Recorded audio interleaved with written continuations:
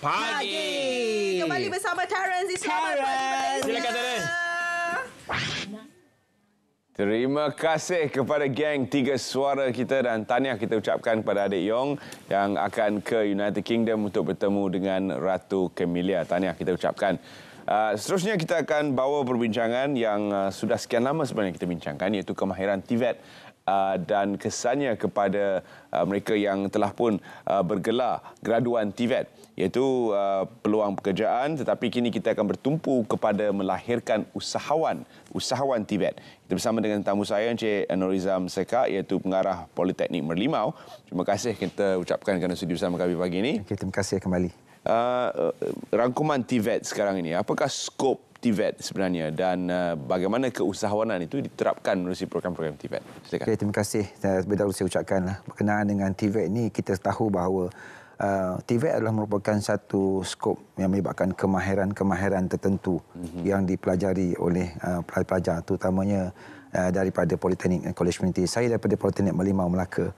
Jadi kalau kita cakap soal TVET ini, skop TVET sekarang terlalu luas dalam segi teknikal dan juga sains sosial juga ada TVET. Dan kalau kita bercakap soal keusahawanan, kita kena melihat bagaimana TVET yang mempunyai kemahiran yang bagaimana dilahirkan di makmal dan bengkel di Politeknik itu dapat ditingkatkan kemahiran mereka dan seterusnya mendapat pekerjaan dan seterusnya boleh mencipta pekerjaan sendiri di sudut ke bidang keusahawanan dengan kemahiran TVET yang mereka perolehi. Jadi apakah antara kemahiran TVET yang diajar yang membolehkan seseorang itu mencipta ataupun melahirkan satu syarikat sendiri untuk membina peluang pekerjaan untuk orang lain? Okey, memang kita di Politeknik Malaysia, khususnya Politeknik Merlimau, kami melatih graduan-graduan kami supaya berkemahiran tinggi dalam bidang masing-masing. Kalau sekiranya kita melihat kepada konteks TVET dalam bidang teknikal, kita melahirkan graduan-graduan kita dalam bidang teknikal.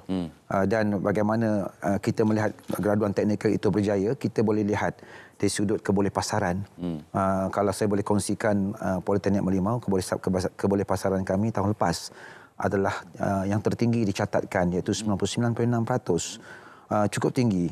Dan daripada situ 82.5% mendapat pekerjaan dalam bidang mereka masing-masing. Dan daripada situ 58.2% mempunyai pekerjaan sepadan dengan kemahiran TVET mereka. 17.1% belajar ke peringkat lebih tinggi, dan sekarang yang saya nak sebutkan di sini adalah berkaitan dengan keusahawanan. 7.3% berjaya dilahirkan sebagai seorang graduan usahawan TVET. Tahniah kita ucapkan. Ya. Jadi apakah jurusan yang khusus yang dipilih? Kita tahu dalam bidang teknikal, apakah jurusan khusus yang dipilih oleh usahawan ini untuk membuka syarikat? Okey, kami di Politeknik Merlimau mempunyai 7 jabatan dengan 17 program diploma dan 1 asasi TVET. Mereka belajar dalam bidang kejuruteraan awam, kejuruteraan mekanikal dan kejuruteraan elektrik. Itu dalam bidang kejuruteraan. Dalam masa yang sama, mereka ada belajar dalam bidang perdagangan dan pelancongan serta hospitality. Jadi, kalau kita lihat dalam konteks keusahawanan TVET ini di Politeknik Merlimau, kami mempunyai satu package di mana pelajar yang nak belajar menjadi seorang usahawan TVET, mereka juga diberikan pendidikan dan dibantu oleh rakan-rakan pelajar mereka dalam bidang perdagangan yang ada kemahiran dalam marketing dan pemasaran, dalam perakaunan. Jadi, kalau dilihat kepada tumpuan di peringkat Politeknik Merlimau, TVET yang kami hasilkan ini dalam bidang keusahawanan terbagi kepada 2 lah.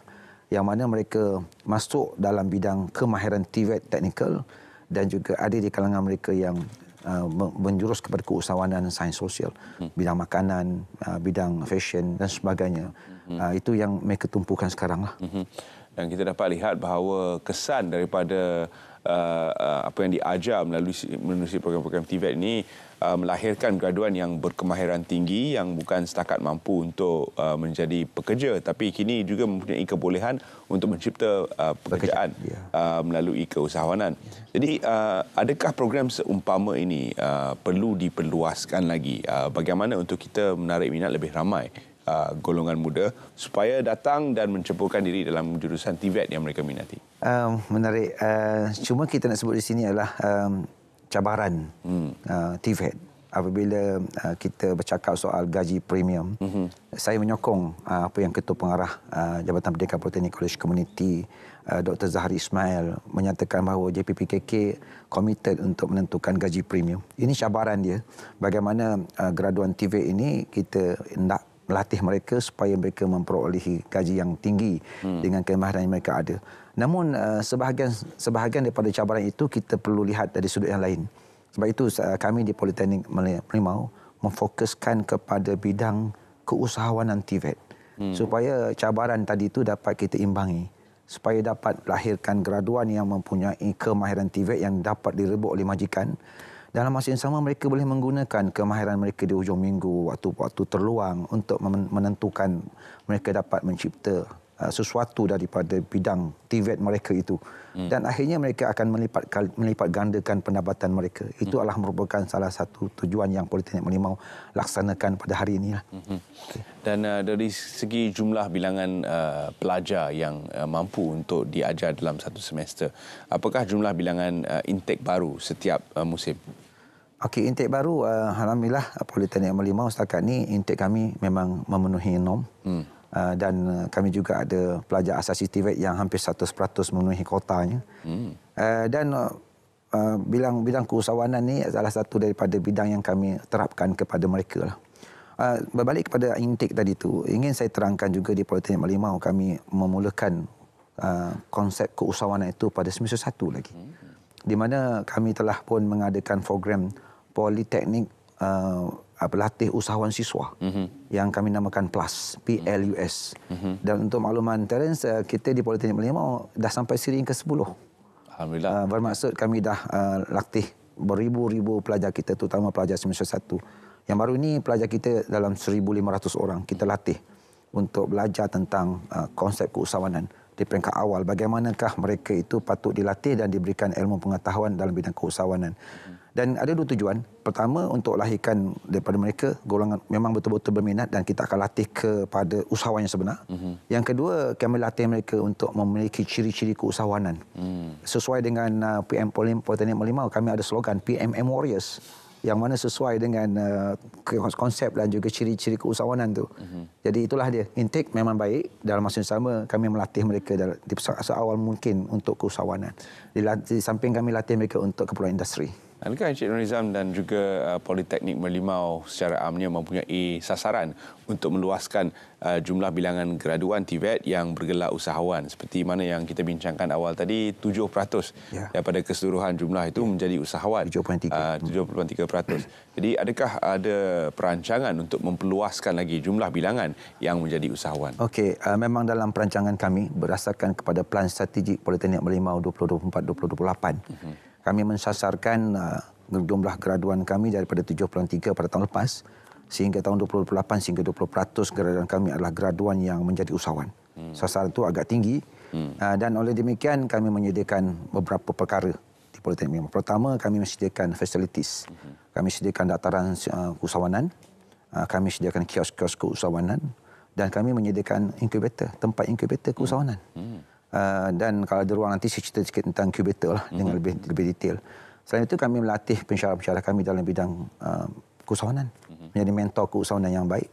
Dan seterusnya yang ketiga kami meningkatkan hubungan kolaborasi industri dan juga pihak alumni yang terlibat dengan keusahawanan untuk bersama-sama dengan kami. Itu penting, saya rasa bila alumni terlibat sama. Betul. Mungkin ada graduan baru yang melihat kepada mereka sebagai mentor untuk berjaya.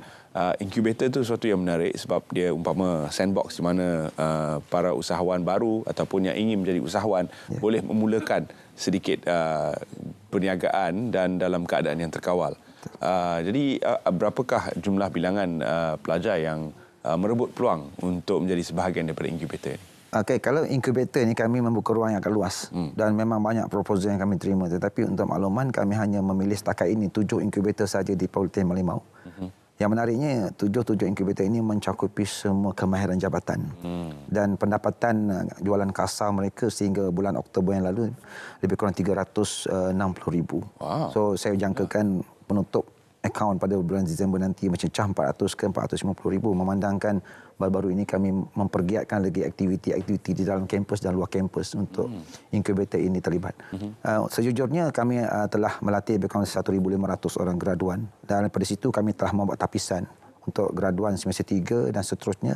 Kami telah berjaya mengumpulkan 167 orang graduan yang kami latih, kami bentuk mereka sebagai apprentice incubator. Daripada 167 itu 11 daripada mereka telah pun menjadi usahawan di luar sana. Dan untuk makluman juga kami telah ada 116 orang graduan yang telah pun berjaya menjadi usahawan. Sekarang kami telah berjaya jaki lah. InsyaAllah kami akan lebih dekat dengan mereka dan mengumpulkan maklumat berkenaan dengan mereka supaya mereka ini menjadi motivasi kepada graduan kita di peringkat Politeknik Merlimau. Graduan TVET ini faham tentang keusahawanan dan mereka akhirnya berminat dan mencubakan diri dalam bidang keusahawanan. Keusahawanan ini bukan mudah. Dia bukan saja melihat kejayaan, jumlah bilangan, pulangan, tapi juga kegagalan yang akan dialami dari masa ke masa. Betul. Kerana turun naik pasaran, faktor-faktor luaran yang tidak dapat dikawal. Jadi memang kenalah tema PMM Warriors tu sebab perlu kental untuk menghadapi segala dugaan dan cabaran sebagai seorang usahawan. Mungkin pesanan terakhir kepada ibu bapa khasnya apabila mereka memandang ke TVET, adakah masih ada persepsi di mana TVET ni dijadikan pilihan kedua atau ketiga? Mungkin kita perlu motivasikan ibu bapa juga untuk menjadikan TVET sebagai pilihan pertama. Peluang saya untuk menyatakan pendirian bahawa TVET adalah merupakan pilihan pertama sekarang. Kerana TVET merupakan satu pilihan yang cukup jelas untuk negara. Kita perlu lahirkan graduan usahawan. Dan saya ingin nyatakan juga bahawa TVET sebenarnya tanpa pengangguran. Kalau kita betul-betul perhatikan tentang kemahiran yang graduan kita miliki, mereka menjadi rebutan majikan. Dalam masa yang sama, kita juga tahu bahawa mereka mempunyai kemahiran yang tinggi untuk mencipta pekerjaan mereka sendiri. Seperti saya kata tadi, secara konsisten, kemahiran TVET memang memberikan impak besar kepada pendapatan individu, keluarga dan negara. Kalau disusun dengan betul, insyaAllah. PMM sentiasa komited untuk meneruskan. Terima kasih kita ucapkan kepada Encik Norizan kerana sudi bersama kami dalam Saat Pagi Malaysia. Sama-sama. Dan kita ucapkan selamat berjaya dalam mensahihkan semua program yang telah kita bincangkan tadi. Seterusnya kita akan bersama dengan rakan setugas di Langkawi, iaitu Encik Muhammad Fauzi yang telah pun bersedia dengan tetamunya Nur Amira Hashim untuk membincangkan tentang kuih tradisional Peneram. Kita bersama dengan rakan setugas kita di Langkawi. Silakan Fauzi. Okey,